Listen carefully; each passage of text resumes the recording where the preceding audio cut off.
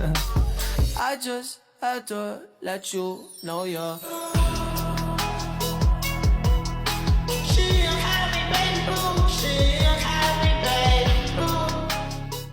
Halo teman-teman, di video ini kita akan membahas morfologi mulai dari pengertiannya, konsep dasarnya, sampai bagaimana pembentukan kata bekerja dalam bahasa Indonesia. Lalu, kita bandingkan juga dengan bahasa Inggris dan bahasa Jepang. A few moments later. Yang pertama, kita harus tahu apa sih morfologi itu? Morfologi adalah cabang ilmu linguistik yang mempelajari bentuk kata dan proses pembentukan kata dalam suatu bahasa. Dengan kata lain, morfologi membahas bagaimana sebuah kata terbentuk dan bagaimana maknanya berubah. Dalam morfologi, satuan terkecil yang memiliki makna disebut morfem. Morfem ini bisa berupa kata dasar atau imbuhan yang ditambahkan pada kata dasar. Contohnya, kata makan adalah morfem bebas karena bisa berdiri sendiri, sedangkan me dalam kata memakan adalah morfem terikat karena tidak bisa berdiri sendiri. Konsep pembentukan kata, afiks atau imbuhan. Afiksasi adalah proses pembentukan kata dengan cara menambahkan imbuhan pada kata dasar. Imbuhan ini dapat mengubah makna kata, kelas kata, fungsi kata dalam kalimat. Dalam bahasa Indonesia, afiksasi itu sangat produktif. Jenis-jenis afiks dalam bahasa Indonesia. Yang pertama, ada prefiks atau awalan. Prefiks adalah imbuhan yang terletak di awal kata dasar. Contoh prefiks ada me, ber, di, dan ter. Contoh katanya seperti menulis dan bekerja. Contoh kalimatnya ada saya menulis laporan, ayah bekerja di kantor. Selanjutnya ada sufiks atau akhiran. Sufiks adalah imbuhan yang terletak di akhir kata dasar. Contoh sufiks ada kan, i, dan an. Contoh kalimatnya seperti ibu membersihkan rumah. Materi ajaran itu mudah dipahami. Yang ketiga ada infiks atau sisipan. Infiks adalah imbuhan yang disisipkan di tengah kata dasar.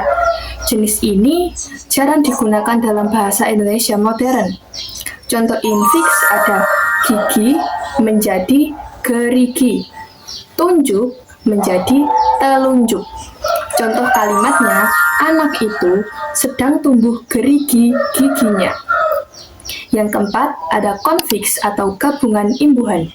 Konfiks adalah imbuhan yang terdiri dari awalan dan akhiran sekaligus. Contohnya, ke dan an, pe dan an.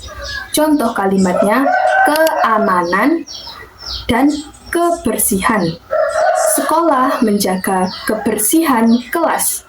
Polisi bertugas menjaga keamanan. Selanjutnya, ada reduplikasi. Reduplikasi adalah proses morfologi berupa pengulangan kata baik secara keseluruhan maupun sebagian. Proses ini sangat khas dan produktif dalam bahasa Indonesia. Fungsi reduplikasi menyatakan jamak, menyatakan kegiatan berulang, menyatakan makna santai atau tidak resmi. Contoh dalam kehidupan sehari-hari, anak menjadi anak-anak yang mengartikan kata jamak, jalan menjadi jalan-jalan. Contohnya, anak-anak sedang bermain di halaman, akhir pekan kami jalan-jalan ke kota. Perbandingan reduplikasi dengan bahasa Inggris. Bahasa Inggris tidak menggunakan reduplikasi untuk menyatakan jamak. Jamak dinyatakan dengan akhiran s atau bentuk tidak beraturan. Contohnya, kata book menjadi books, child menjadi children. Contoh kalimatnya seperti there are many books on the table. Dalam bahasa Jepang juga jarang menggunakan reduplikasi. Makna jamak biasanya dipahami dari konteks atau kata bilangan. Contoh, hong artinya buku, dan kalimatnya seperti sansatsu no hon artinya 3 buku. perbandingan afiks dalam bahasa Inggris. Dalam bahasa Inggris, afiks juga ada, tetapi jumlah dan penggunaannya lebih terbatas dibandingkan bahasa Indonesia. Contoh afiks dalam bahasa Inggris ada kata teacher, teach plus er. Selanjutnya ada happiness, happy plus ness, unhappy, un plus happy. Contoh kalimatnya, she is a teacher. Happiness is important. Dalam bahasa Inggris, tidak ada awalan seperti me atau ber. Perubahan makna juga lebih banyak ditentukan oleh posisi kata dalam kalimat, bukan imbuhan. Lanjut, ada perbandingan afiks dalam bahasa Jepang. Berbeda lagi dengan bahasa Jepang tidak mengenal afiks seperti bahasa Indonesia. Makna gramatikal juga dibentuk melalui perubahan bentuk kata kerja atau konjungsi. Contoh katanya seperti taberu, artinya makan. Tabemas, artinya makan, tetapi versi sopan. Lanjut, ada tabemashita, artinya sudah makan. Contoh kalimatnya, watashi wa pain o tabemas, yang artinya saya makan roti. Bahasa Jepang tidak menggunakan imbuhan bebas. Perubahan juga terjadi di dalam kata kerja dan juga sangat bergantung pada konteks dan struktur kalimat. Yang terakhir ada akronim atau singkatan. Akronim dibentuk dari gabungan huruf atau suku kata dan dibaca sebagai kata. Contohnya, kampus, pemilu. Contoh kalimatnya, mahasiswa kembali ke kampus. Pemerintah mengadakan pemilu.